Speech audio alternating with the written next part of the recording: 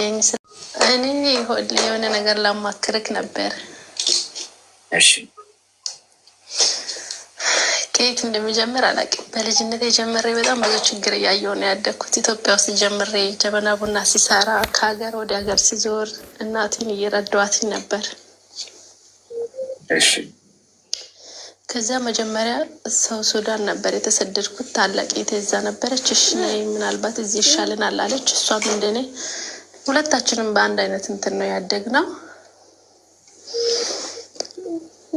አለ አይደለ። በቃ አነስተኛ ከሚባል ገቢ ካለው ቤተሰብ ነው የተወለድነው። እኛ ነን ቤተሰብን የምንረዳው። በቃ እሺ ከዛ ወደ ሰው ሱዳን እሷ ቀድማኝ ከሄደች በኋላ እኔን ወሰደችኝ። እዛ ደግሞ ሀገሩ የሚመች አይደለም። ሰው ሱዳን ሲባል የጥቁሮች ሀገር ነው። ምናልባት ሰምቴ ምታቅ ከሆነ ከዛ እዛ ሀገር ነበርና ጦርነትም ነበረው፣ ችግር ነበረ። እሷ ወደ ኢትዮጵያ ሄደች። ከዛ እኔ ደግሞ በዛው አርጌ 2 ዓመት የሰራሁትን እንደምንም አብቃቅቼ 210,000 ብር በኢትዮጵያ ከፍዬ ወደ ዱባይ መጣሁ ማለት ነው ለደላላ። እየሰማኝ ነው አሌክስ? አዎ እየሰማን ነው። አዎ ከዛ በኋላ ይኸውልህ ደላላው ካመጣኝ በኋላ አሁን ወደ 8 ወር ሆኖኛል እዚህ ዱባይ ላይ ማለት ነው። ደላላው ካመጣኝ በኋላ ከቢሮ ወደ ቢሮ ሲያዞረኝ፣ እዛኛው ቢሮ ሲወስደኝ ስራ አልነበረም ሲባል ትምህርት ተዘግቶ ነበር እኔ በመጣው ሰዓት። ከዛ ወደዛ ሲያዞረኝ ወደዚህ ሲያደርገኝ ህገወጥ አረገኝ ማለት ነው። ሳልወድ እኔ ቤተሰቦችን እምረዳቸው እኔ ከኔ በታች ያሉ ወንድሞች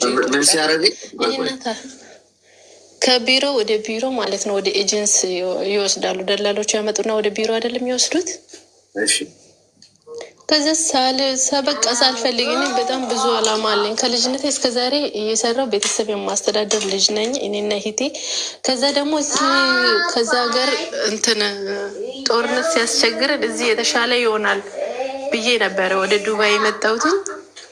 እሱ ደግሞ ጭራሽ ህገወጥ አረገኝ ማለት ነው። ከአላማዬ እንትን እንደሆነ ነው ያደረገኝ። አሁን የ8 ወር ቀራማ ውስጥ ነኝ ያለሁትኝ። አሁን የገባሁበት ቤት ደግሞ ቀራማ መክፈል ስለማንችል እኛ ወረቀት እናሰራሽ ምናምን አሉኝ ማለት ነው።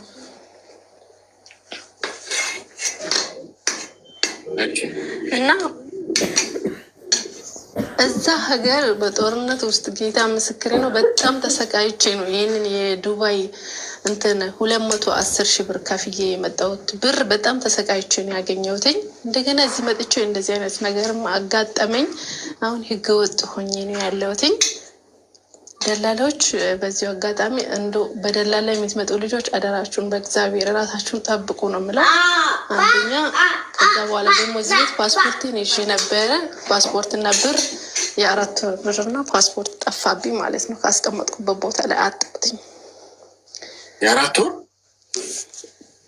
አዎ እና ፓስፖርት አጣሁትኝ ማለት ነው ካስቀመጥኩበት ቦታ። አጋጣሚ እንግዲህ እንዳልካሰስ እኔ ህጋዊ አይደለሁኝም፣ ህገወጥ ነኝ። ከረማ ውስጥ ነኝ ያለው ለራሴ እንኳን እየፈራሁ ነው እንትን ማድረገው። ከዛ ብቻ በጣም ከባድ ሁኔታ ውስጥ ነው ያለሁት። አንዳንዴ ታውቃለህ ከልጅነትህ እስከ ዛሬ ለፍተህ ምን ብለህ ሳልፍልህ ሲቀር ሰው ወዶ አይደለም ሌላ ነገር ውስጥ የሚገባው ታውቃለህ። እና በጣም ችግር ውስጥ ነኝ ያለሁትኝ። በዚሁ አጋጣሚ ምን ላስቸግርህ መሰለህ? አንተ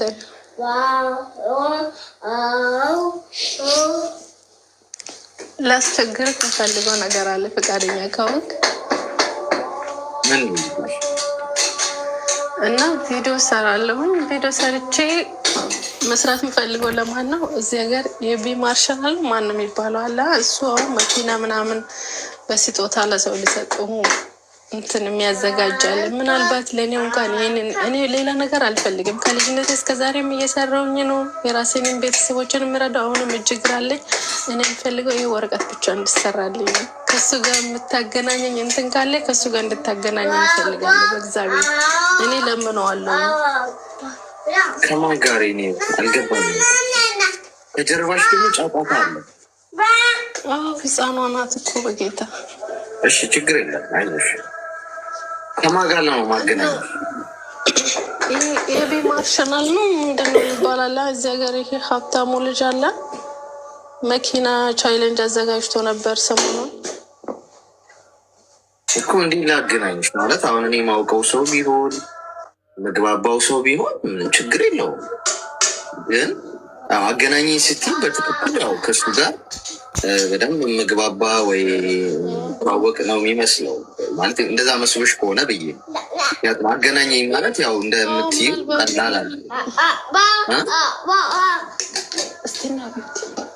ኦኬ በቃ አይ ከሱ ጋር እንትን ያው አንተ የሶሻል ሚዲያ ሰው ስለሆንክ ምትገናኝ ምናምን ነው የመሰለኝ። አሁን አንቺ ምን ያህል ነው እንትን ያሉሽ እንደዚህ የቆየሽበት የቀራማ ምናምን ክፈይ ያሉሽ? እኔ እንትን እዚህ ማራት ከመጣሁኝ እኔ 8 ወሬ ነው። ከዛ ከሰው ሱዳን ወደዚህ ከመጣሁኝ 8 ወር ሆኖኛል። ከዛ ሰው ይመስለኛል ከ28 ቀን በኋላ ነው የምንከነሰለው ከመጣንበት ሀገር ወደ 7 ወር ምናምን አለኝ ማለት እኮ ነው። ያ ማለት በዛ ላይ እኔ ብር ጠፍቶብኛል። ስራ ሳልገባ በጣም ብዙ ቆይቼ ነበር። ከዚህ ደግሞ ተይዤ ብሎ ከሆንኩ በቃ የመጨረሻ ነው እንትን ምለው። እግዚአብሔርን በጣም ነው የሚያስጠላው። እኔ እድሜ ልኬን ከኢትዮጵያ ጀምሮ እስከዛሬ እዚህ ጋር ሲደርስ በጣም ለፍቻለሁ። የስኬት ጎዳና ላይ አልደረስኩም። አንዱን ቻሌንጅ ሳልፍ አንዱ ያጋጥመኛል። ምን እንደሆነ አላውቅም። አይዞሽ ያው በመሰረቱ ፈተና ሁሉም ጋር አለ። አሁን እዚህ ውስጥ 1800 ሰዎች አሉ አይደል? አሁን ሁሉም ፈተና ሳይኖርበት ቀርቶ አይደለም። ሁሉም ያለበት ሀገር ላይ ነው። በየደረጃው ሁሉም ፈተና ሳይኖሩ ውድቀት ሳይኖሩ መከራ ሳያሳልፍ አይደለም ያለው። ወይም ነገሮች ሁሉ ተስተካክሎለት አይደለም ሁሉም ሰው የሚኖረው በምድር ላይ ገብቶሻል። ፈተና ግድ ነው። ግን አሁን አንቺ ነገሮች እንዲቀሉ ፈተና በዝቶብኛል የሚለው ላይ ሳይሆን ማተኮር ያለብሽ እኔ ልጠንክር ነው። እስቲ የሚዩት አርጊና አዳምጪኝ፣ ከጀርባ ጫጫታ ስላለ። አሁን እንዴት ልጠንክር? ነገሮች አይቀሉም። እሺ የቤተሰብ ይህ ማመን አለባችሁ። ነገሮች አይቀሉም፣ እናንተ ትጠነክራላችሁ እንጂ።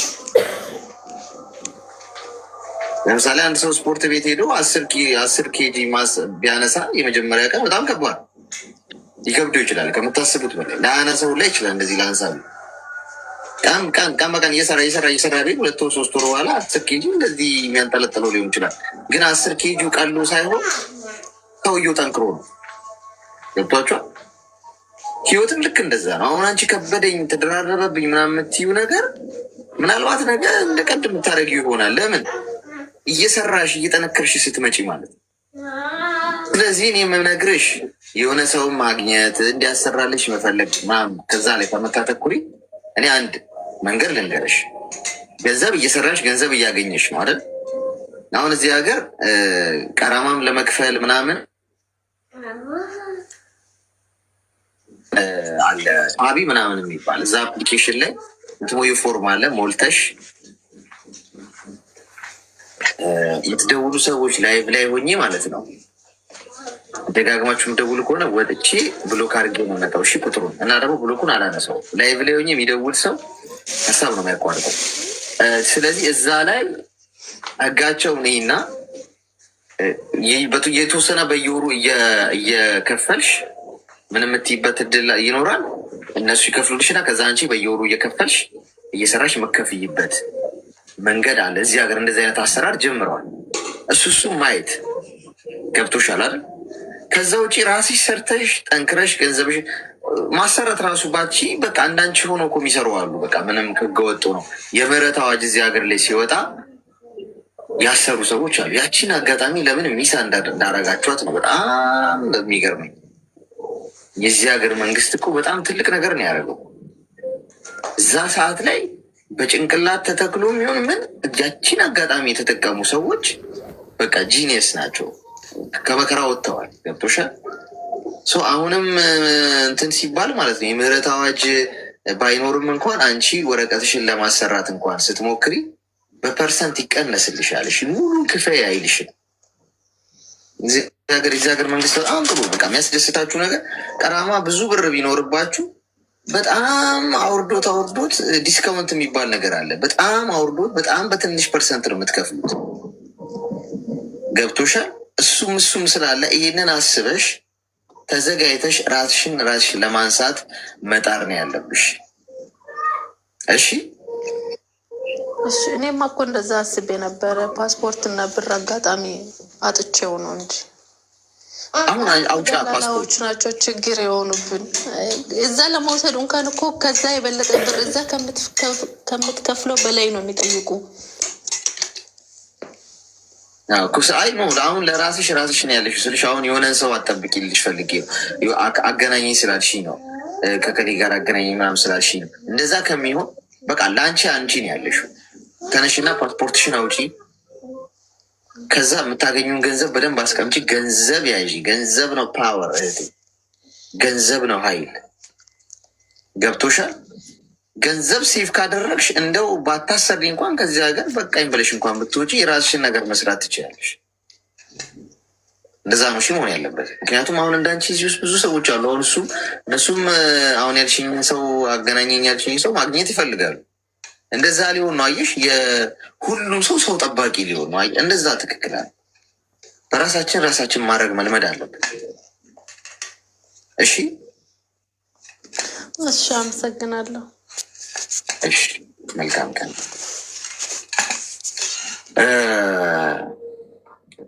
የምህረት አዋጁ ሲወጣ ግን ማለት ነው እዚህ ሀገር ወረቀታችሁን ያስተካከላችሁ ሰዎች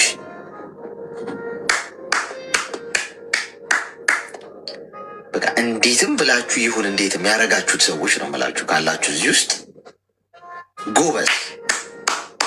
በእውነት ለምን መሰላችሁ? ይህ በ5 ዓመት አንድ የሚወጣ ነገር ነው።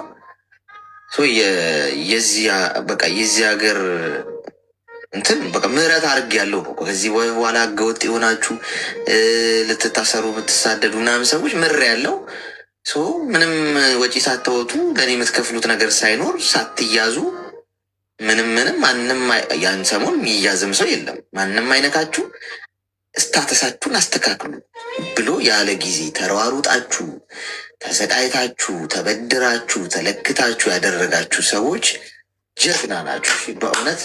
ምክንያቱም በቃ በጣም ትልቁን ኦፖርቹኒቲ ወዲያው ተጠቅማችሁበታል ማለት ነው። ጎበዝ። ግጥም እንስማ እስኪ። የት አለሽ? ለምክር ፈልጌ ነበር። ንገሪ። ግን ብዙ አላወራም ሰዓት ስለሌለኝ ትንሽ ነው ማወራሽ። እሺ፣ ምንም ችግር የለውም። እኔ በህይወቴ ብዙ ነገር አሳልፋለሁ። አሁን አረብ ሀገር ነው ያለሁት፣ ኢማራት ውስጥ። እሺ፣ በቃ ስለ ፍቅር ጉዳይ ለማክር ብዬ ነበር። አፈቀርሽ? ቴንኪዩ አሌክሳንደር። አፈቀርሽ? አይ እንደሱ ሳይሆን ለማፈቀር እየሞከርኩ ነው። እስካሁን ድረስ ግን ፍቅር አልያዘኝም። እየሞከርሽ ነው? አዎ፣ ልግባበት ብዬ እያሰብኩ ነው። አይ አልገባንም። አብራሪልን እስኪ።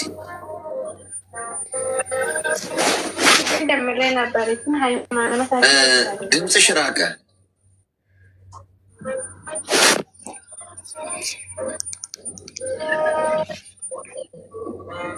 አሁን ሳይሰማ አሁን ይሰማል። እሺ፣ ሰው አይወጣልኝም። ፍቅር ጀምራለሁ ግን ሰው አይወጣልኝም። ማለት እንደምፈልገው አይሆንልኝም። ስለዚህ እስካሁን ድረስ ብዙ ፍቅር አልያዘኝም። አሁን ግን ከአንድ ልጅ ጋር ጀምሬ ነበር። 1 ዓመት ሆኖኛል። ሃይማኖታችን ቆይ የኔ እናት እንደው እቃውን ፈጀሽው እኮ። እስቲ እቃውን አስቀምጪው እና ኤርፎን ነው የምትጠቀሚው? ኤርፎን ነው? ይኸው ለቅቄያለሁ። በቃ ቁጭ በይና ተረጋግተሽ አውሪኝ እስቲ። ከአንድ ልጅ እንዴት ተዋወቃችሁ? ከእኔ ቤተሰብ ጋር ከአክስቴ ልጅ ጋር ነው አዲስ አበባ የምኖሩት። ከዛ በዛ በኩል ነው ተዋወቀ ነው። እሱን ያስተዋወቃችሁ የአክስትሽ ልጅ? እንደሱ ሳይሆን ብዙ ጊዜ እሱ ጋር ስለሚደውር ከዛው ስልኬን ተቀብለው እንደ ጓደኝነት እያወራን ከዛ ወደ ፍቅር ገባን። ምን አለሽ ለመጀመሪያ ጊዜ ደውሎ?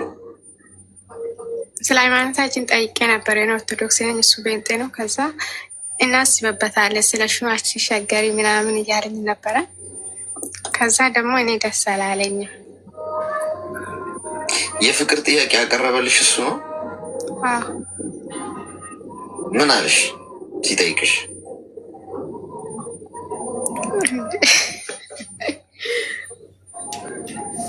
ምን ብሎ ጠየቀሽ? በቃ አንድ ላይ ምን ብለው ነው ጠየቀኝ። እንደዚህ ሆነ እንደ የፍቅር ጥያቄው ጋይስ። እኔ ያው እንደውም ትምህርት ልውሰድ ብዬ እኮ ነው እንደው መጠየቃት እንኳን ከመጣች ከተወለደች አንድ ላይ ኑን ተብሎ ነው የሚጠየቀው። ለካሽ ድሮ ቀርቷል። ሌላው ምን አልሽው? ከዛ አንቺ ምን አልሽው? እኔም ጥሩ ልጅ ስለሆነ ጸባይ ያለው ግን ስለ ሃይማኖቱ ነው እንጂ ምንም ያጠፋ ነገር የለም። በቃ የእሱን ጸባይ ወድጄ ነው ነ እሱ ስላለኝ። ወንድምሽ ያውቃል? አዎ ያውቃል። እሺ ምንድነው ታዲያ አሁን ያሳሰበሽ ነገር? እንዲሁ በሁለት አንቺን በሃይማኖትሽ እኔም በሃይማኖት ይለኛል፣ ግን እኔ ደስ አላለኝም። ምን ላድርገው ይሄንን ብዬ ነበር። ስንት ጊዜ አወራችሁ እስካሁን? አይ እኔ በመሀል እምቢ ብያለሁ። አሁን 3 ወር ይሆናል ስልክ አላነሳም። ለምን? አይ ሃይማኖታችን በኋላ ላይ ችግር ከመጣ ብዬ ነው። አንመሳሰልም። ስለዛ ነው እንጂ ለሌላ ነገር አይደለም። ገንዘብ ጡረታ ምናምን አላክሽም እስካሁን? አይ እሱ የለም። እሺ ያሳሰበሽ የሃይማኖቱ ጉዳይ ነው? እሺ ሚዩት አድርጊ። እኔ እኮ አንዳንድ ወንዶች አጋጣሚውን ሁሉ መጠቀም አለባቸው ማለት ነው። በቃ የሆነች ሴት አሁን የእህቱን ስልክ እዛ ላይ ምንድነው ለወንድሟ ስትደውል ከወንድሟ ስልክ ላይ ስልኩን ወስዶ ሄደባት ማለት ነው።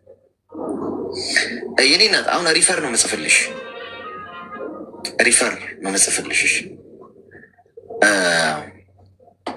በምታምኙ እምነት ወደ እምነት አባቶችሽ ትሄጂ እና ይህንን ጉዳይ ትጠይቂያቸዋለሽ ከእምነት አንጻር። ምክንያቱም ይሄ የሃይማኖት ጉዳይ ስለሆነ ያሳሰበሽ ከእምነት አንጻር እንዴት ይታያል ይሄ ብለሽ ጠይቂያቸው። ሰው ያብራሩልሻል ማለት ነው። ፍቅር ድንበር እንደሌለው አምናለሁ እኔ። በዛ ነው ማምነው። ገብቶሻል? ፍቅር ድንበር የለውም፣ አጥር የለውም፣ ዜግነት የለውም፣ ቆዳ ቀለም የለውም። ምንም ፍቅር ረቂቅ ነገር ነው። ስለዚህ የትም ማንም ሊይዘው ይችላል። የተለያየ እምነት ውስጥ ያሉ ሰዎች ተፋቅሮ ያውቃሉ። አዎ። የተለያየ ሀገር ዜጋዎች ተፋቅሮ ያውቃሉ፣ በቋንቋም ሳይግባቡም። አዎ። ግን ይሄ የእምነት ነገር ሴንሲቲቭ ስለሆነ ይሄንን የሚነግሩሽ መንፈሳዊ ቦታ ላይ ሄደሽ ከዚህ አንጻር እንደዚህ አይነት ነገር ውስጥ ገብቻለሁ እና ይሄ እንዴት ይታያል ከእምነት አንጻር ብለሽ ጠይቂያቸው፣ ያብራሩልሻል። ሪፈር ነው ምንጽፍልሽ። ተግባባን? እሺ፣ አመሰግናለሁ። እሺ። ቆዳሽን የሚገፍልሽ ሰው እንደማይሆን ተስፋ አድርጋለሁ። ይሄ የእምነቱን ነገር እናስብበታለን። ቆዳሽን ከገፈፍኩት በኋላ በፈላ ውሃ ችግር የለውም አይነት ነገር ይመስላል። መጣለች ተመልሳል። ካርዷን አስቀምጡልኝ። እሺ፣ ካርዷ ለብቻ ይቀመጥ በፋይል ተደርጎ። ሄሎ፣ ማማክር ነገር ነበርና እሱን ለማውራት ፈልጌ ነው። ንገር። እሺ፣ በመጀመሪያ እድሉን ስለሰጠኝ በጣም አመሰግናለሁ። ፍቅረኛ አላገባውም፣ ግን ፍቅረኛ ነበረኝ። 5 ዓመት አብረን በፍቅር ዓለም ያሳለፍነው እና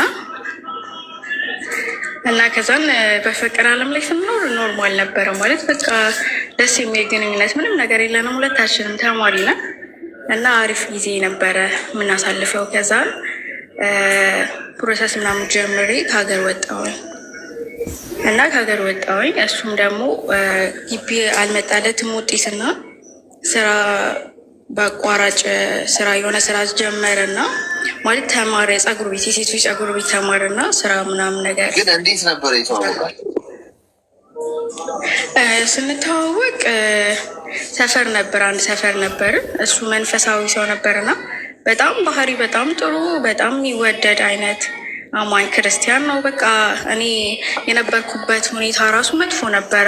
በአለም ላይ ነበርኩ ማለት በቃ ወመቴ ነበርኩኝ እና እሱን ሳገኘው መረጋጋት፣ ወደ ራሴ መመለስ፣ ራሴ ማወቅ፣ ከዛ በኋላ ሁሉ ነገር ማቆም ጀመርኩኝ ማለት ነው እና በቃ ደስ የሚል ግንኙነት ነው ያለን እና ፕሮሚሱን ላድርጉልኛል ሳላስበው በሰርፕራይዝ ማለት ነው። እና ቤት ምናምን መጨረሻ ላይ ምናምን ያወቁት ኦኬ አንቺ ከወደድሽው እሱ ችግር የለውም ምናምን ብሎ ቤት ተቀበሉት ማለት ነው። እና ከዛ በኋላ ውጭ ሀገር ለመምጣት አሰብኩኝ ከሀገር ውጭ ማለት ነው። ከዛን ፕሮሰስ ጀመርኩኝና ምናምን ወጣሁኝ። ከዛ በኋላ እሱ ስራውን ይሰራል ግን መስራት አይፈልግም ማለት ይሄዳል፣ ይመለሳል። ነገር አልተመቸኝም ኮንዲሽኑ ምናምን ነገር ይለኛልና ከዛ በመጣው በሆሩ ምናምን ነገር ላኩለት ለስራ ብር ፈለገ እና ማለት በቃ ይሰራል ብዬ ማስብ አይነት ልጅ ነው፣ ሰው ማምነው አይነት ነገር ነው እና ላኩለት በዚህኛው እንደምንም ብለን ስራ ጀምር እና ማዘሪም ውጭ ናት እና በቃ ችግር የለውም ፀጉር ቤት እንከፍትለታለን ይሰራል። በቃ ጠንክሮ አንድ 20,000 ብር ነው፣ ትንሽ ነው። ያው ሰው ጋር ተቀጥሮ እንዲሰራ የሆነ ነገር እንዲያሟላ ከዛ በኋላ 1 2 3 4 ወር አድርጌ ማዘርም ደግሞ ያላትን ያክል እንትን ብለን ፀጉር ቤት እንከፍትለታለን። እሱ ከበረታ ችግር የለውም እንየው በዚህ በሚለው ተስማምተን ላኩለት እና ላኩለት። ከዛ በኋላ ልኬ መጠየቅ ደበረኝ ማለት ስራ ጀምሬያለሁ ምናምን ነገርም አይልም፣ ዝም አለኝ። ብሩን ከወሰደ በኋላ ዝም አለኝ እና እኔ 1 2 ቀን ቆየውና ጠየቅኩት። እንዴት ነው ስራ ምናምን ጀመርክ እንዲህ ምናምን ስወ እኔ የሚያስፈልገኝን ነገር እኮ አረኩበት፣ ልብስ ምናምን ስልክ ምናምን አልነበረኝም እና ስልክ ምናምን ገዛዛውበት ምናምን ነገር ኬዛለ እና እንዴ እሺ አይ እኔ እኮ ለስራ ምናምን ስላልከኝ ነው ስራ ጀምራለሁ ስላልከኝ ላኩት ምናምን ነገር አልኩት እና ዝም አልኩት። እሺ አንተ የፈለግከው ማለት ሰው ማስቀደም ያለበትን ነገር ማወቅ አለበት እና እሱ ያስቀደመውን አስቀደመ እና ዝም አልኩኝ። ከዛ በኋላም በመሀል የሆነ አለመስማማት ነገር አለ አይደለ? በቃ ልክ ወሬ ሲደርስ ብር ብር ብር ማለት ጀመረ። እንትና እኮ እንደዚህ ልካ የእንትና እንደዚህ ምናምን። እኔ በራሴ አለም የምኖር አይነት ሴት ነኝ ማለት ሰው ስላደረገ ሳይሆን እኔ ፈልጌ ማድረግ ነው ፈልገው ማለት የላኩን ለመጀመሪያ አየሁት፣ የላኩበትን አላማ አልፈጸመም። ስለዚህ ድጋሚ መላክም አልፈለኩም፣ ዝም አልኩኝ። እዛም በመሀል በቃ ብር ነው ወር ሲደርስ እንዲኮ ስራ አግኝቼ ይህ ስራ ካመለጠኝ አንቺ በጣም ነው የምትጸጸችው፣ በጣም ነው ማዝነብሽ ምናምን ነገር ይለኛል። እንዴ አይ መጀመሪያ የለኩልህን አልሰራህበትም፣ እንዴት ነው አሁንም ድጋሚ የምልክልህ ምናምን። በቃ ከዛ አለመስማማት ተጀመረ ማለት ነው። በጣም አለመግባባት ማለት ነው። እና ከዛን አሁንም በቃ ብር ላኪልኝ ሲለኝ አልክም አልኩት። ከዛ በኋላ 4 ወር ጋፕ ተፈጠረ በመሀል መዘጋ ብሎክ አደረገኝ ማለት ነው። ብሎክ ከምንም ኢሞ ላይ ቴሌግራም ላይ ያለኝን ሁሉ አካውንት ከኔ ጋር የሚያወራበትን ብሎክ አረገ። እኔ ደግሞ ብሎክ አላረኩም። የምታገስ አይነት ሴት ነኝ፣ እድል የምሰጥ አይነት ልጅ ነኝ እና ብሎክ አላረኩትም። ከዛን ቆይቶ ምናምን ነገር ከ4 ወር በኋላ ምናምን ደግሞ ተመልሶ አወራኝ ማለት ነው። ከዛን አወራኝ ኦኬ ችግር የለውም ብዬ ይቅርታ ምናምን ሲል እሺ ችግር የለውም እኔ አግዘኛ አይደለም እያልኩ ያለሁት ስራ ራስን ቻል። እኔ የምሰራው ነገር ለሁለታችን ነው ከተስማማን አይደል? ስለዚህ ለሁለታችን ነው። ስራ ወጥተህ መስራት መቻል አለብህ። እኔ የመጣሁት እየሰራው አብረን እናድጋለን፣ ግን አንተ መጀመሪያ ወጥተህ ራስን ቻል። ራስን ከቨር ካረክ በኋላ ኖርማል ነው። ስመጣ ሁሉም ነገር የሚደርስ አይነት ነገር ነው ተባባል ነው። ኦኬ ተባል። በአወራኝ በ15 ቀኑ ምናምን ነገር ብር ፈለገ፣ ብር ምናምን ነገር አለኝ። አሁንም አልተስማማንም ማለት ነው። አልክም በቃ አልክም። ወጥተህ ስራ ይወጣል ማለት ነው። ይወጣል አይሰራም። 2 ቀን ምናምን ሰርቶ አልተመቸኝም ቦታው ምናምን ብሎ ይመጣል፣ ወደ ቤት ይመለሳል። ከዛን ቤት ግን ኦንላይን ላይ ማለት ነው። እኔ እንኳን እዚህ ኦንላይን 24 ሰዓት ያለ ቤት ያለሁት፣ ግን ኦንላይን ላይ 24 ሰዓት መገኘት አልችልም። እሱ ግን ኦንላይን 24 ሰዓት አለ፣ ከጠዋት እስከ ማታ እስከ ሌሊት ድረስ አየዋለሁ። እና ግራ ገባኝ። እንዴ አንተ ስራ ጀመርክ እንዴ በኦንላይን ምናምን ብዬ ጠየቅኩት። ግራ ገብቶኝ እንዴ ምን ለማለት ነው ምናምን ሲለኝ አይ እኔ እንኳን እዚህ እንደዚህ ስራ ቦታ 24 ሰዓት ኦንላይን አለ፣ ግን እኔ እንዳንተ 24 ሰዓት ኦንላይን ላይ አልገኝም ምናምን ከረ ምናምን ነገር 5 ብር እኮ በቃ ዳታ 24 ሰዓት ነው እንዴ አልኩት። እኔ እኮ እዛ ኖሬ ያለው አውቀዋለሁ። ኢትዮጵያ ኖሬ እኮ የመጣሁት 5 ብር አይደለም 24 ሰዓት 1 ሰዓት አሁን እንኳን አያስወራም ምናምን ነገር አለ። አይ ምናምን ነገር አለ። እሺ ብዬ ዘሙ አልኩት። ከዛ በመሀል ደግሞ 2 ስልክ ይዟል እና ስልክ የተሰበረ እና እንዲህ እኮ ምናምን ነገር ሲለኝ ስልኬን እባክሽን ምናምን አሰሪልኝ አለኝ። እሺ ብዬ ላኩለት የተወሰነ ብር ለስልክ በሚል ማለት ከዛ ላኩለት። ከላኩለት ማለት ነው ወር ሳይቆይ ድጋሚ እናቴ ሆስፒታል ገብታብኝ ምናምን ነገር እናቴ ሆስፒታል ገብታብኝ አለች። አሁን ብር 20 ቁጥር ላከልኝ 20 ሺህ ብር ማለት ነው። ደሞዝ አልደረሰም። ሰው የኔ ስሜት እሷ ጋር ብር አለ ያስፈልጋታል፣ ፋሚሊ አለ ምናምን ነገር እሱ ጋር የለም። እሱ በፈለገ ሰዓት ብቻ እኔን ይጠይቀኛል። በፈለገ ሰዓት አለሽ ወይ እንዴት ነው ምን እያደረግሽ ነው አይልም ማለት በቃ እሱ ፈለገ መላክ አለብኝ። እንደዛ ካላኩኝ ደግሞ ብሎክ ያደርገኛል። ብሎክ ያደረገኝ ከዛ በኋላ ከእናቴ ጋር በጣም ማዘር ትወደዋለች እና እናቴ ጋር ሄዶ ደህና ናት ወይ ሰላም ናት ማዘርን ይጠይቃታል። ከማዘር ጋር ይግባባሉ እና ከዛ ናይ እኔ ራሴን ህይወት ጀምሬያለሁ። እኔ እኮ ምንም ያወራው ነገር የለም። እኔ ራሴን ህይወት ጀምሬያለሁ እንዳትበጠብጠኝ ንገሪልኝ ምናምን ነገር ማዘር ጋር ሄዱ። ከዛ በኋላ እንዲህ ኧረ እኔ በማንም ስልክ ሌላ ሰው ገብቶበት ይሆን ሌላ ሰው አውርቶት ይሆን እኔ አላወራውም። በሌላ አካውንት አውርተኛለች እና እንዳታወራኝ እኔ ራሴን ህይወት ጀምሬያለሁ እና ንገሪልኝ ብሎ ማዘር ጋር ማለት ነው በማዘር ጋር ሄደ እንዴ። ከዛ በኋላ ደግሞ መጣ ብሎኩን አንስቶ መጣና አንቺ ነሽ እንዴ የምትፈትኝ አይነት ነገር ማለት አለ። አይ አንቺ እየፈተችኝ ከሆነ ንገሪኝ። በሌላ አካውንት መጥቶ የሚያወራኝ ሰው አለ። ያንቺን እንዳንቺ አይነት ስም ነው ስሙም ያንቺ ስም ተጠቅሞ ነው የሚያወራኝም እንዳንቺ ሆኖ ነው። እንዴት ሌላ ሰው እንደዚህ ሊያወራኝ ይችላል? እና በቃ ተይኝ እኔ ራሴን ህይወት ጀምር። ምንም እኮ ጥፋት የለም። ብር አልክም ብቻ ነው ያልኩት። በሚያስፈልግ ጊዜ ብቻ ነው ስሰራ ነው ሙሉ ነገር ማድረገው ብዬ ተስማማሁት እና የራሴን ህይወት ጀምር ያለው አትበጥብጭኝ ምናምን ነገር አለ። ኦኬ እንደዛ ይሻላል። አዎ እሺ አልበጠብጥም አልኩት። ከዛ በኋላ ከዛን ደግሞ ብሎኩን አንስቶ መጥቶ ወር አልሞላውም አውርቶኝ ሳምንት ካወራኝ በቃ ብሎኩን ካነሳው ለሳምንት ካወራኝ ብር ነው የሚጠይቀኝ። ከዛ 20 ሺህ ብር ምናምን ነገር አለኝ። እንዴ ማለት ብር እጄ ላይ የለም እኮ እኔ እጄ ላይ ብር እንደሌለ እሱ በቃ እጄ ላይ ብር ያለ ነው የሚመስለው። 24 ሰዓት እጄ ላይ ብር 20 ሺህ ብር ላኪልኝ ማዘር እንዲህ እንዲሆን እና ቶሎ በይ አሁኑ ነው መጀመሪያ ማዘር እንዲሆን አልቻለም። ብር 20 ሺህ ብር አሁኑ ነው አስገቢልኝ ካላስገባሽልኝ ምናምን። ከዛ በኋላ ዝም አልኩት። 2 ቀን ብቻ ነው የሰጠኝ 20 ሺህ ብር እንዳስገባ 2 ቀን ብቻ ነው የሰጠኝ። ከዛ ያንዴ ግዴታ የለብኝም እኮ እሱ ነው እኔን ማኖር የሚችለው አይደል። እኔ ግን ራሴን ችዬ ራስን ቻል ያልኩት ሌላ ነገር ምንም አድርግ ያልኩት ነገር የለም። ኦኬ ብዬ ዝም አልኩት። አሁን 20 ሺህ ብሩ በ2 ቀን አለ። 2 ቀን እኔ እጅ ላይ ብር የለም ቢኖርም አልክም። ዝም አልኩኝ። ላኩለት ቴክስት የኔ አባት ሰማኛል ሰርተ ብላ እኔ እንዲህ ብር ማር እንዲህ ብር 24 ሰዓት አንተ በምትጠይቀኝ ሰዓት በምፈልግበት ሰዓት እኔ ብር አይኖረኝም። እኔም ልሰራ ልለወጥ ነው የመጣሁት። ስራ ተለወጥ፣ ስራ ጀምር፣ ቁጭ ብላ አንድ ቦታ ሄዳ 2 ቀን 3 ቀን ወር አይሰራም ማለት ነው። ብር ራሱ አይቀበልም። ደሞዙ ሳይቀበል የሚወጣው አለመስማማት ይሁን አይዱንም እንደሆነም እንደሚፈጠር ስራ ቦታ አላውቅም። እና ስራ ምናምን ነገር አልኩት። ኦኬ አንቺ መቼም ነው ማትለወጪው በቃ ማቼም ነው ምንም እንደዚህ በቃ አለኝ። እኔ ምንም ያጠፍኩት ነገር የለም ብሎ ካረገኝ እኔም በቃ ብሎ ካረግኩት ከአሁን በኋላ ወደ ህይወት አትምጪ፣ አልፈልግሽም፣ አንቺ አታስፈልግኝም፣ ሁሌ ያው ነሽ ምናምን ነገር ከዛ ኦኬ ምንም ያየብኝ ነገር የለም። እቺ ካላረግበትም ከሌላ ሰው ጋር አላወራም። ታማኝ ነው እሱም ታማኝ ሊሆን ይችላል። እኔ እንደዛ ነው ማምነው። እዛ ይጀምር አይጀምር ምንም የማውቀው ነገር የለም ማለት ሰውም አልጠይቅም። እኔ ታማኝነት ለራስ ነው። አምኜው ነው የምኖረው፣ ታምኖልኝ ነው የሚኖረው ብዬ ነው ማስበው። ከዛ ብሎክ አረገኝ።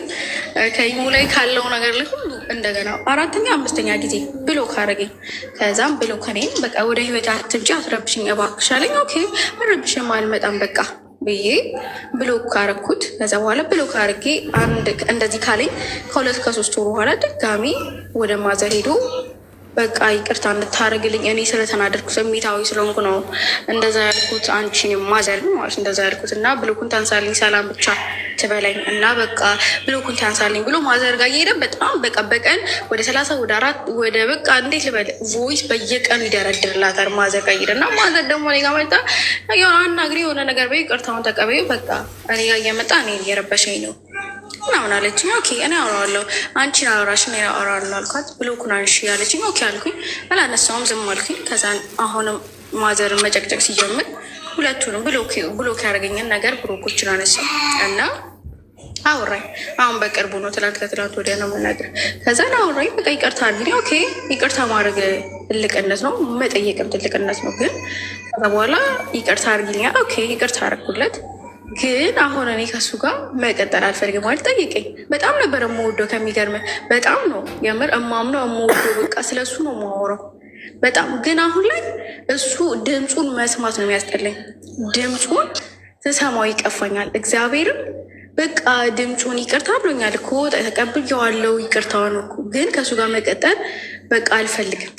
በጣም ነው ድምፁን ስሰማ የሚያመኝም ያስጠለኛል። ከእሱ ጋር ማውራት ቴክስት መመለስ እሱ ገብቼ እሱ ማየት ብሎክ ባረገው ይቻለኛል። እና ምን ትለኛለህ አንተ? ያንተን ሀሳብ ለመስማት ነው። ሰው ማማከር ጥሩ ነው፣ መስማት ጥሩ አይደለም። እኔ እድሜ አሁን 22። እሱ እድሜው ስንት ነው? እሱም እዛ አካባቢ ነው 23 24 አሁን በሚመጣው 24 ይዟል። አሁን ፍቅር ላይ ናችሁ? አሁን ፍቅር ላይማ ነበርን እኮ ግን አሁን እኔ ነኝ የማልፈልገው። አሁን ከረንትሊ ኦኬ አትፈልጊም? አዎ ግን እስቲል ፍቅረኛ እንደሆናችሁ ነው ፊልም የሚያደርገው። አንቺም እንደዛው?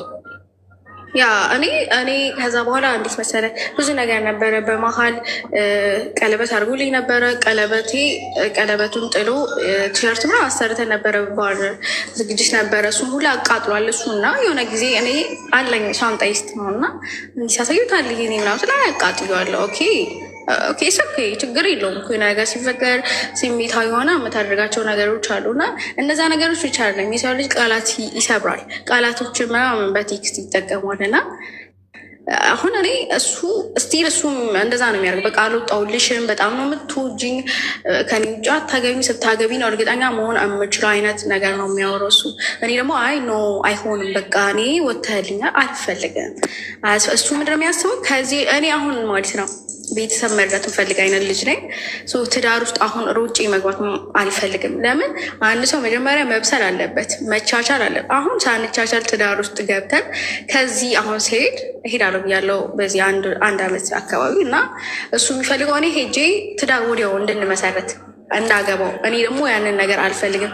ቤተሰብ የሚባል ነገር አለ ገብቷል። ቤተሰብ መርዳት እፈልጋለሁ እና እሱ በፍቅር እንዳለን አይነት ነገር ነው እንዳልወጣሁለት ነው የሚያወራው። እንደምወደው ነው እስቲል ንዴቱ እንደዚህ ነው የሚያደርገው። ንዴቱ ነው የሚለው። እኔ ግን አይደለም፣ ንዴት አይደለም እንደዚህ የሚያደርገኝ። አልፈልገውም ማለት ውስጤ በቃ ማልጫ አለቀ። በቃ የነበረኝ ትዕግስት በቃ እሱን የምጠባበቀው ነገር ሁሉ ነገር አለቀ። በጣም የታገስኩት እውነቴ ነው። ከ10 ምናምን በላይ ብሎክ ያደርገኛል። እኔ ብሎክ አላደርግም፣ በጣም እታገሳለሁ። ይመጣል ብዬ ስለማውቅ ማለት ነው። እና አሁን ላይ ደግሞ በቃ ወጥቶልኛል ማለት በቃ አልፈልግም። ድምፁን መስማት እንደዛ ድምፁን ለመስማት የምጓጓው ቴክስቶችን ለማየት የምሰባበር አይነት ልጅ ነበር። ግን ቴክስቱን እራሱ ማየት ድምፁን መስማት ያስጠላኝ እና እኔ አልፈልገውም። አንተ ደግሞ ሀሳብህን ብትሰጠኝ። እሺ ሚዩት አድርጊ ኮይን ልስጣችሁ። ስጠን እያላችሁ ነው። 33 ደቂቃ ስለሆነ የሚቀርን ላስቀምጥላችሁና እናንተ እሱን እየወሰዳችሁ ከዛ ነገር እህቴ የህፃናት የጨበራ ተስከር አረጋችሁት ጉዳዩ። ይሄ ቃቃ ጨዋታ አለ አይደለ? ልጆች እያለን ተጫውተን እናውቃለን። መዳበሪያ ዘርግተን ሜዳ ላይ ኮርኪ ደርድረን ውሃውን ቡና ነው ብለን ምናምን አንተ ባልነ እኔ ሚስት ነኝ እሱ ወንድም ነው እሱ አጎት ነው ቤት ውስጥ ያየነውን ድራማ ማለት ነው። እዛ ባል ሲመጣ ቁጭ ይላል፣ ቡና ያቀርብለታል ምናምን። እዛ ልክ አባትና ነሳቸው ሲመጡ አታጋ ገብታ ታጠና ምናምን ሲባል ብትን ምናምን አይነት ነገር ማለት ነው። ወደ የቤቱ ዲዲዲዲ ሁሉም ሰው የት አለ ትዳሩ ታዲያ? የለም ተነነ። እንደዛ ነው አሁን ያንቺና የሱ የምን ትዳር የምን ገና 22 ዓመታችሁ ነው ህፃናት። የኔ እናት በዚህ ሰዓት አንቺ ፍቅር ብሎክ አንብሎክ የምትደራረግበት ጊዜ ነው። በመሰረቱ ገንዘብ የሚጠይቅ ወንድ አይበጅሽም። ገብቶሻል? ወንድ ልጅ ቢቸግረው አይጠይቅም። ሪል ወንድ ጀንትልማን ቢቸግረው ከግርል ፍሬንዱ ሄዶ ማማዬ 20 ሺህ ብር ላኪልኝ ምናምን ብር በላክሽለት ደግሞ ጫማ ምናምን። ለሰው ልጅ ስራ ሰርቶ እንዲለወጥ አሳውን አትስጡት፣ ማጥመጃውን ስጡት። ለሰው እንዲጠቅመው መጥቀም ፈልጉ። ያን አንቺውን ብር ላክሽለት አሳ ሰጠሹ፣ ከዛ በየጊዜው አሳ መጠየቅ ጀመረ ማለት ነው። እሱ ምን አጠፋ? ስራ እንዲሰራ ከፈለግሽና እንዲለወጥ አሳ ሳይሆን ማጥመጃውን ይህን ብትሰራ በዚህ መልኩ ገንዘብ ሲልሽ አይ ሰርተህ ብትዩ ያኔ ይፍጨረጨር ነበር። ግን አሳ ሰጠሽው፣ አሳውን ሲያየው ጣፍጠው። ስለዚህ የሚቀጥለውን አሳ መጠየቅ ጀመረ ከአንቺ።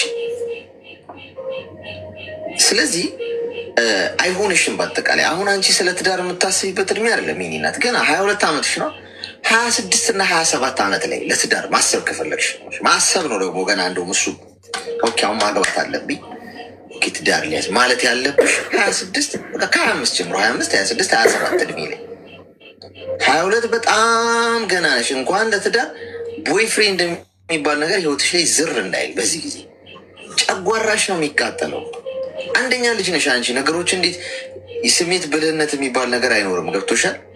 እንዴት ኮንትሮል ማድረግ እንዳለብሽ አታውቂም። ትንሽ ስትበሳጪ ወይ ብሎክ ስለማድረግ ነው የምታስብ። ሰዎች እንዴት አንደርስታንድ አደርጋለሁ። በርቀት ደግሞ ፍቅር አይመራም። ስለዚህ አሁን አንቺ ምንም ከጨረሽና ከሱ ጋር ጉዳይ ከሌለሽ ቀስ እያልሽ መውጣት ጀመሪ። ዞር በል ብለሽ ብሎክ ማድረግ አይደለም። እንደዛ ቢሆን እንደገና እናትሽ ጋር እየሄደ ምን ማድረግ ይጀምራል? ብጥብጥ መፍጠር ይጀምራል። ብልህ ሁኚ። ሂዳት ብለው እንዲሄድ አድርገው አይነት ነገር ማለት በየቀኑ የምታወሪው ከሆነ አንድ ቀን እየዘለልሽ አውሪው። ቢዚ ነኝ እያልሽ ስቲል ታወሪዋለሽ እኮ ግን ቢዚ ነሽ። ከዛ 2 ቀን እየዘለልሽ ታወሪዋለሽ። ጋፑን ታሰፊዋለሽ። በ3 ቀን አንዴ አንቺ በቅቶሻል ኦልሬዲ። እሱ ጥሩ ስሜት ነው። በነገርሽ ላይ አንዳንዶቹ ሰዎች ሲመከሩ ግራ የሚገባቸው ነገር ምንድን ነው? በቃ እንትን አልኩኝ ነው ምንድን ነው ልረሰው አልቻልኩም፣ ልትወው አልቻልኩም። ተይ ይሄ አይበጅሽም ሲባል ልትወው አልቻልኩም። ስለዚህ አንቺ ምንድን ነው ጥቅሙ? በቅቶሻል። ስለዚህ እሱን ለመተው አይከብድሽም። በ4 ቀን እንዴት አደረጊዋለሽ እያሰፋሽ ጋፑን እንጂ አንቺ ለወንድ ልጅ እየቀለብሽ መንፈሳዊ ሰው ነው ምናምን አልሽ። አየሽ ሰው መንፈሳዊ ሰው ሆነ አልሆነ ተብሎ ጀጃ ይደረግ። ቤተክርስቲያን ውስጥ ወይ መስጂድ ውስጥ እየዋለ ጥቅስ እየጠቀሰ መቅደስ ውስጥ ያለ ሰው ሆኖ ግን ዴቪል የሆነ ልብ ያለው ሰው አለ። በጣም ክፉ ልብ ማለት ነው። መጠጥ ቤት፣ ጭፈራ ቤት ምናምን፣ ዝሙት ቦታ፣ ይሄ የኃጢአት በቃ ፈጣሪ የሚጸየፈው ፈጣሪ የማይፈልገው ነገር ቦታ የምትይው ቦታ ደግሞ ምን የመሰለ መልአክ የሆነ ልብ ያለዋል። እኛ የምናየው ከላይ የሚያደርገውን ነው ሰው። አየሽ ሰው የሚሰራውን ገብቶሽ ቁጭ ብሎ ሲያስቀድስ የምታየውን ሰው ወይም እንትን የምትይው ሰው በስመ አብ አቤት መንፈሳዊነቱ ምናምን ትያለሽ። አታይማ ከልቡ ውስጥ ልቡን ሰርስቦ ልቡና ኩላሊቱን የሚያየው ግን እግዚአብሔር። ምን የመሰለ ኃጢአት ቦታ ያለን ሰው። ለዛ ነው ፈጣሪ ኃጢአተኞችን እኮ የሚወደው ልባቸውን እኮ ስለሚያይ ነው፣ ስራቸውን ሳይሆን የኛን ማለት ነው። ልባችንን ስለሚያይ ነው እንጂማ እንደው ስራችንን አይቶ ምናምንማ ቢፈርድብን ይህኔ እኮ ጠፍተናል። ስለዚህ አንቺ ምንድን ነው ሀሳብሽ? እሱ መንፈሳዊ ሰው ስለሆነ በሚል በቃ ልብሽ ውስጥ አስገባሹ ኖ ገንዘብ ከአንቺ የሚፈልግ ነው። አላደገም ገና አልበሰለም። ጥሩ ግሮ ስለማግኘት በሴት ፊት ክብርን ስለማግኘት ገና አላወቀም። ወንድ ልጅ በሴት ፊት ክብር ለማግኘት ከፈለግ ሌላ ምንም አክት አታርግ። ብሎክ ምናምን የሆነ ዘንጠ ልብስን ምናምን ቀይረ እኔ ቆንጆ ነኝ፣ ስታፍ ተወዳጅ ነኝ፣ ተፈላጊ ነኝ አይነት ካራክተር የህፃናት ካራክተር ነው። 20 ዓመት ምናምን ያለ ወንድ ልጅ በሴት ፊት ክብርና ሞገስ ማግኘት ከፈለግ ወይም በቃ በምትወዳት ሴት ፊት መከበር ከፈለግ አላማ ይኑርህ፣ ስራ ይኑርህ፣ ገቢ ይኑርህ፣ ራስን አስተካክል፣ ኮንፊደንስ ይኑርህ፣ በራስ ዓለም ራስን ማስተዳደር ቻል፣ የራስ ህይወት ላይ ንጉሱን ስታይህ በቃ አንተ ትክክለኛ የትዳር የብረት መዝጊያ መሆኑ ይገባል። እና ተግባርህ ነው መግዛት ያለበት ሰው እንጂ ከላይ የምትለብሰው ልብስ አለም። እንደዛ አይቶ የመጣ ሰው ነገ ይሄዳል። ሲያዩ ባህሪን ሲያውቅ ጥላ ነው የምትሄደው። ምንም ቆንጆ ብትሆን የፈለግከውን ያህል ገንዘብ ቢኖር ምንም የማትረባ አስተሳሰብ ከሆነ ያለህና ራስ በራስ ያልቆምክ ካልሆንክ ጥላ ነው የምትሄደው። ስለዚህ እህቴ አንቺ አሁን እመመክርሽ የ2 ዓመት ልጅ ነሽ። እኔ ሽማግሌ ስለሆንኩ የኔን ሀሳብ ልንገርሽ። ቤተሰብ ስለመርዳት የምትይውንም ሀሳብ ፍሬን ያዥ። ራሱን ያልረዳ ሌላውን ሊረዳ አይችልም። መጀመሪያ ለውጥ ከራስ ነው የሚጀምረው። አንቺ ራስሽን ረድተሻል ወይ ነው ፖይንቱ። ቤተሰብ ለመርዳት ብለው 10 ዓመት በሙሉ ስደት ላይ ተቃጥለው ፋይናሊ ምን አረግሽልኝ ገዚ ለራስሽ አንድ የለፋሽው ምናምን ተብለው ተረግጠው በቤተሰብ የተረሱ ብዙ ሰዎች አሉ። እድሜያቸው ተቃጥሏል፣ ጊዜያቸው ተቃጥሏል፣ ገንዘባቸው ተቃጥሏል፣ ሞራላቸው፣ ሁሉ ነገር አይመለስም። አይሽ ልብክ በ40 ዓመት ገንዘብ በ20 ዓመት የሚባለው ተረት ታውቂዋለሽ። አሁን አንቺ እዛ መንታ መንገድ ላይ ነው ያለሽው። ልብም ብርም የማግኘት እድሉ አለሽ ከነቃሽ ነውሽ። አሁን ከባናሽ እየሰራሽ ነው። ኢነርጂው ያለሽ፣ ጉልበቱ፣ አቅሙ፣ ሁኔታው፣ ሎኬሽንሽ በደንብ ያለሽበት ገንዘብ ለማግኘት እድሉ አለሽ። አሁን የሚያስፈልግሽ ልቡ ነው። ልቡን ከፈለግሽ ታገኘዋለሽ። ማስተዋል ካለሽ እየነገርኩሽ ነው። አሁን እኔ እንግዲህ ምናልባት የዛሬ 5-6 ዓመት በህይወት ካለው ያን የነገርከኝ ነገር እኮ ብለሽ ወይ መተሽ ታመሰግኝኝ ይሆናል ወይ ደግሞ በቃ አይታወቅም። ግን አሁን የምነግርሽ ነገር ግን በደንብ ጽፈሽ አስቀምጪው። አሁን ነው ታይሚንጉ። እኔ እያወራሁሽ ያለሁትን በ22 ዓመቴ ገብቶኝ ቢሆን አቤት የምሰራውን ተአምር ነው። ለምን መሰለሽ? አቅሙም ጉልበቱም ጊዜውም ገንዘቡም ስለሚኖርሽ ልቡ ቢኖርሽ። ያኔ ግን አናስተውልም። እንጣጥ ነው፣ ነገሮችን ማጥፋት ነው፣ ማፍረስ ነው፣ መሮጥ ነው፣ መፍጠን ነው፣ ለማድረግ ቶሎ መቸኮል፣ ተስፋ ለመቁረጥ ቶሎ መቸኮል። በቃ ይሄ እድሜው ነው። ስለዚህ አሁን አንቺ ገንዘብሽን ያዥ፣ ሴፍ አድርጊ። በዓል ሲመጣ ለቤተሰብ እንኳን አደረሳችሁ ብለሽ በግ ምናምን ግዢላችሁ፣ ዶሮ ምናምን፣ ልክ እንደ ማንኛውም የቤተሰብ አባል። አንቺ ውጭ ስላለሽ ተአምር የምትፈጥሪ ገንዘብ ከዛፍ ላይ የምትቀነጥሽ አይደለሽም። እንደ ማንኛውም የቤተሰብ አባል አገር ውስጥ የሚሰሩ ቤተሰብ አባሎች ካሉ ልክ እንደነሱ ነሽ። የተለየ ታሪክ የሉ። ውጭ በዶላር ስለሚከፈልሽ እነሱ ሀገር በብር ስለሚከፈላቸው ያንቺ የወርቅ አይደለም ክፍያሽ። ገብቶሻል? አንቺ እንዴት እንደምትጠቀሚበት ማሰብ ነው።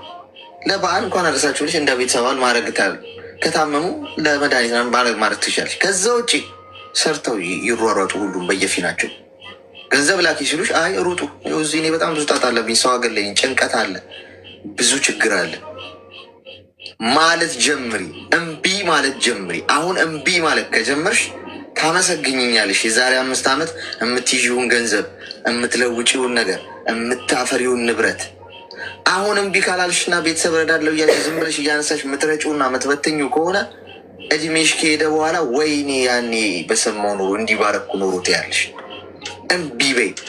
ፍሬን ያዥ። ብዙ ነገሮች ላይ መላክ ካለብሽ እንኳን ለቤተሰብ በጣም አስቸጋሪ ጉዳይ ከሆነ ለምሳሌ የጤና ጉዳይ ከሆነ ገብቶሻል፣ ሰው ከታመመ ምናምን አልፎ አልፎ ለበዓል። ከዛ ውጭ የምታገኘውን ከ180% ሴቭ ማድረግ ብትሺ እንደውም እኔ የምመክርሽ ወርቅ እየገዛሽ አስቀምጭ። ብልህ መሆን ማለት አለዛ ነው። አሁን ልቡን በዚህ ሳካያሹ ትለወጫለሽ። ወንድ መጀንጀን ይህ ፍቅረኛ የሚለውን ፓርት ዘግተሽ ከ5 ዓመት በኋላ ብለሽ እቅድ አውጪ። መጀናጀ ነው ቦይ ፍሬንድ ምናምን የሚል መጃጃል ውስጥ ምገባው የዛሬ 5 ዓመት ነው ብለሽ የ5 ዓመት እቅድ በህይወትሽ ውስጥ አውጪና ቅጥቅጥ አርገሽ ስሪ። ገንዘቡን ሴቭ አርጊ። ወርቅ እየገዛሽ አስቀምጪ። ወርቅ አይሻግትም፣ አይዝግም፣ ዋጋው አይቀንስም። ሞባይል ገዝተሽ በነጋታው ልሽ ጠውት እኮ የተጠቀምክበት ነው ዋጋው ይቀንሳል አትባይም። ወርቅ ሁሌ ወርቅ ነው። ዛሬ ገዛሽው የዛሬ 10 ዓመት ብትሸጪው ወርቅ በዕለቱ ባለው ዋጋ ነው የምትሸጪው። እያረጀ ነው። የዛሬ ዓመት የገዛሽው ነው። ከቤት የተጠቀምሽበት ነው። የለም ጭቃ ውስጥ ሽንት ቤት ከተሹ ማለት ነው። አውጥተሽ ብትሸጪው ወርቅ አጥበው ይቀበሉሻል። ወርቅ ሁሌ ወርቅ ነው። ዋጋው ማይቀንስ፣ ኤቭሪዴይ ዋጋው የሚጨምር፣ ሁሌ ውድ የሆነ ነገር፣ የማይረክስ፣ የማይዝግ፣ የማይበላሽ ነገር፣ ኤክስፓየርድ የማያደርግ ነገር ቢኖር ምድር ላይ ጎልድ ነው። ጎልድ እየገዛሽ አስቀምጪ። የኔ እናት ሌሎቻችሁም ብልህ ከሆናችሁ አሁን ይሄን አድርጉት። ገንዘብ እንደውም በባንክ አካውንት ስታስቀምጪ ምን ይፈጠራል መሰለሽ? ገንዘቡ የመግዛት አቅሙ እየወረደ ነው ይመጣው። ለምሳሌ ዛሬ 500 ሺህ ብር አካውንቶች ብታስቀምጪ ምናልባት የዛሬ 2 ዓመት ወይ ዛሬ 1 ዓመት 250 ሺህ ብር ነው የመግዛት አቅሙ ነው የምልሽ። ብሩ 500 ሺህ ነው የሚለው ሲጽፊው ወይም እዛ ያለሽ አካውንት ላይ። ፓወሩ ግን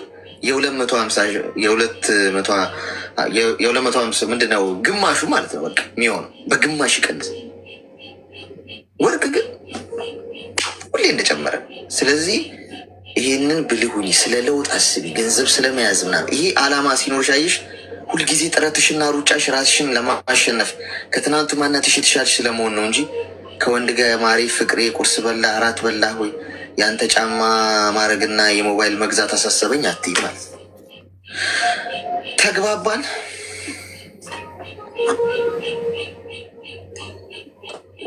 በጣም ነው የማመሰግነው። በጣም በርቺ። የልጃውን 5 ዓመት ቆይታ ከምትቆጭ አሁን መማር። አሁን ሌሎቻችሁም እዚህ ውስጥ ይህን መማር ገና አሁን ከእሷ እድሜ በታችን ያላችሁ ትኖራላችሁ። አሀ ለካ ጊዜው ሳይደርስ እዚህ መገኘታችን ጥቅሙ ያ ነው።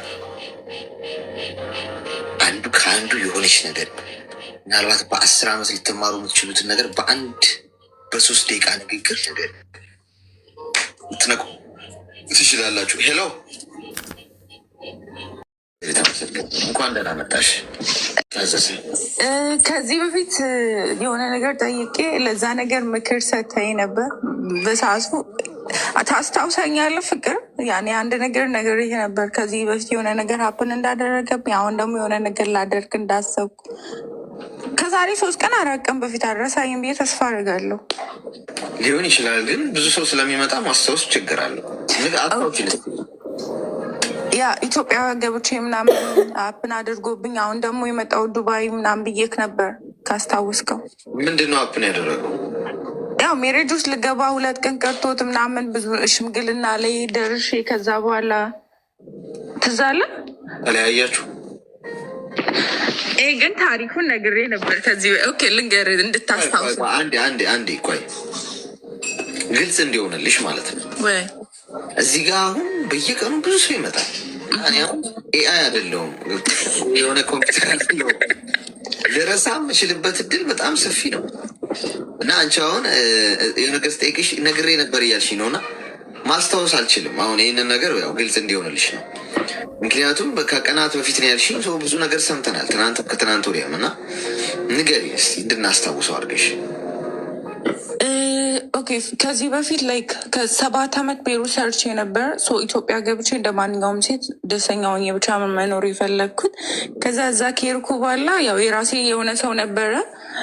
እዛ ሄጄ ላይክ ላገባው ሁሉንም ነገር ከተዘጋጀ በኋላ ሽምግልና 2-3 ቀን ሲቀረው ከአንድ ሰው ጋር ተጣልቼ ፌስቡክ ላይ ፎቶችንን ፖስት አደረግን። ከዛ ያ ሰው ደግሞ የሰው እንደሆነ አወቅኩኝና የሰው ህይወት ማበላሸት ስለማልፈልግ በእኛ እኔ ፐርሰናሊ እኔ ስለማልቀበለው አልፈልገውም። ምክንያቱም እሷ ሴት ናት እኔም ሴት ነኝ። ነገ እኔን ትቶ ላለመሄድ ዋስትና ስለሌለኝ ተውኩት ማለት ነው። ያኔ ከባድ ነበረ። እዚህ ከመጣሁ አሁን ከዛ ኢትዮጵያ መስራት ስላልቻልኩ ያ ነገር ስለረበሸኝ ዱባይ መጣሁ። ከመጣሁ ደግሞ አይ ቲንክ 1 years እና እዚህም አንድ ሰው ተዋወቅኩኝ። ግን በዛ ነገር ምክንያት ላይክ ተሰብሬ ነበር። ውስጥ የሆነ ነገር አለ መቀበል አልቻልኩም። እና አሌክሶ ምን ላድርግ አልቻልኩም። ከሰው ጋር ኮንታክት ላደርግ ምናምን። ዘማሪ ነው ምናምን ያልሽኝ ነሽ አስታውሳል ማለት ነው። አሁን መጣልኝ ስትነግሪ መጣልኝ። እሺ እና አሌክሶ በመጀመሪያ እኔ አመሰግናለሁ በጣም ድጋሚ ስላስገባኸኝ።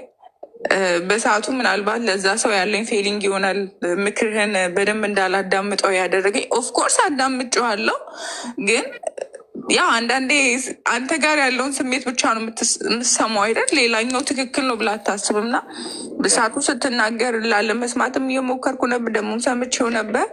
ግን አሁን ላይ አንተ ትክክል ነህ እና በጣም በጣም በጣም አሌክሱ ማመሰግነው የእውነት በደንብ እያሰብኩት ነበር። ያ ሰው እኔ ብቻ አይደለም እያወራሁት የነበረው፣ ብዙ ሰው ሊያወራው ይችላል። እኔ ጋር አንዳንድ ሰዎች ለምሳሌ ሊደውሉ ይችላሉ። ሌላኛው ጋር እየታፈነ ነው። ኦኬ አሁንስ? አሁን ጥሩ ነው። እሺ። እና እኔ ብቻ አይደለውም እሱ ያ ሰው ጋር የምደውለው። በዛሬ ደግሞ ከዚህ በፊት ያ ነገር ሀፕን አድርጓል። ይሄ ነገር ደግሞ ሀፕን ቢያደርግ ምን ያክል እንደምሰበር በደንብ እያስተዋልኩት ነበር እና እስራኤሌና ላይክ ጊዜ ትርፍ ሰዓቴን ሁሉ የሚጠቅመኝ ነገር ላይ መጠቀም እንዳለብኝ ነው አሁን ከተናገርከኝ ነገር እንትን ያልኩት እና ቴንኪ ሶ ማች አሌክስዬ። ምንም ችግር የለም፣ ምንም ችግር የለም። በርቺ፣ አይዞሽ። እሺ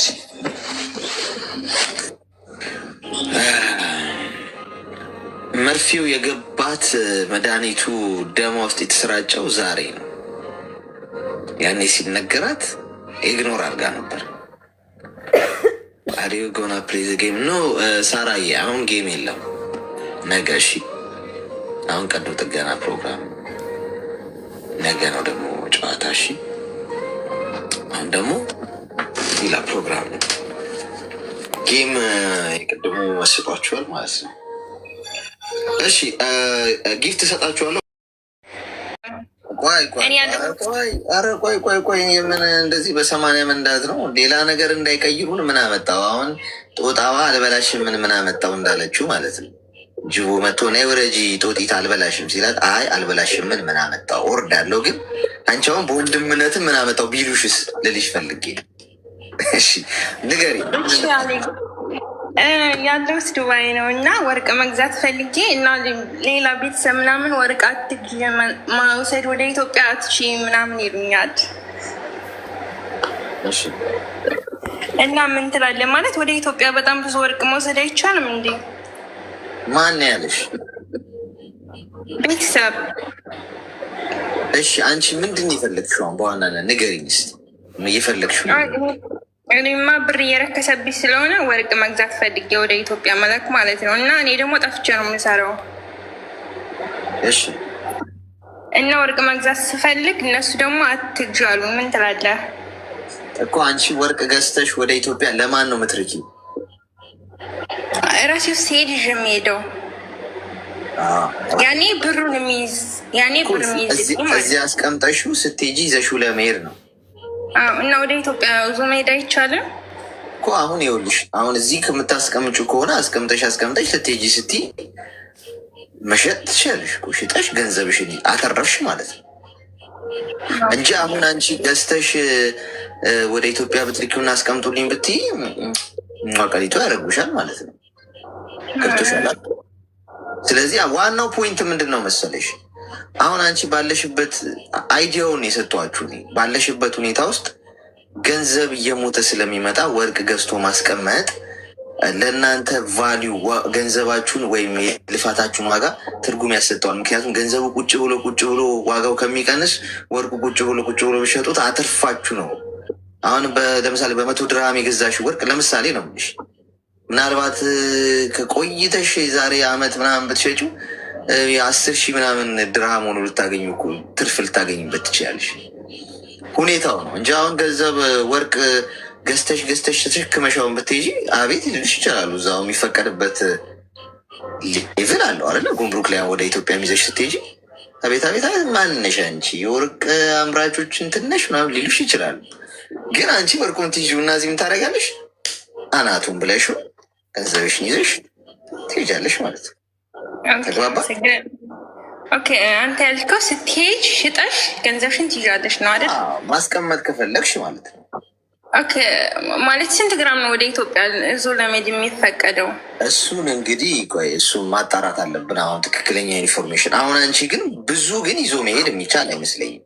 ብዙ ማለት መጠን ግን አለው በግራም። አሁን አንቺ ብዙ ነው ይመስለኛል እያሰብሻለሽ። ሰው እንደዛ እንዳታረጊ እሺ። ይወርሱብሻል ከአቅም በላይ ይዘሽ ከሄድሽ።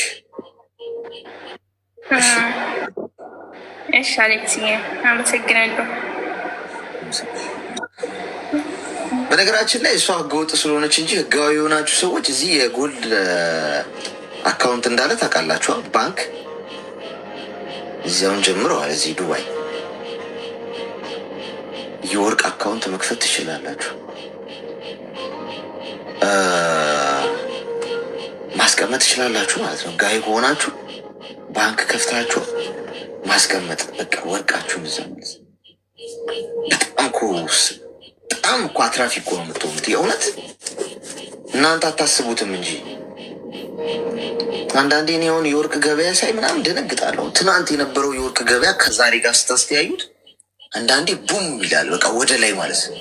እና ትናንት ገዝት ራሱ ዛሬ ብሸጠው አስበዋል። ያን ያህል ቫሊዩ ያለው ነገር ነው ልላችሁ ፈልጌ ነው። ግን አስባችሁት አታውቁም አይደለ? ብዙዎቻችሁ ወርቅ በቃ የምታስቡት ገዝቼው በኋላ ደግሞ እንደንትን ቢያራክሱብኝስ የሚል ሰው አለ። እንደ የአይነት ሰዓት ትከታተሉ ነበር ስላላችሁ ደስ ይለኛል። ከእናንተ ጋር እዚህ ጋር ማሳልፈው ጊዜ በቢሊየን ብር አልቀይረውም። በጣም ውዱ ሰዓት ነው ለኔ። በጣም ወድጄው ነው መሆነው ከእናንተ ጋር እና እወዳችኋለሁ ሁላችሁም። ሰው ነገ በተመሳሳይ ሰዓት እንገናኛለን። ጤና ይስጣችሁ። የነካችሁት ሁሉ ይለምልም። እድሜ ይስጣችሁ። የሰራችሁት ይበርክት፣ ወርቅ ይሁን። የሰው ፍቅር ይስጣችሁ። ተወደዱ። በሄዳችሁበት ሞገስ፣ ክብር ይሆናችሁ። ፈጣሪ በጭንቃችሁ ጊዜ ይቆመላችሁ። በህይወታችሁ ውስጥ ጭንቀት፣ ሀሳብ፣ ትካዜ በሙሉ ከህይወታችሁ ይራቅ። ደስታ ቤታችሁ ይግባ። አትዘኑ። መቼም ቢሆን አትታመሙ። ጤና ይስጣችሁ።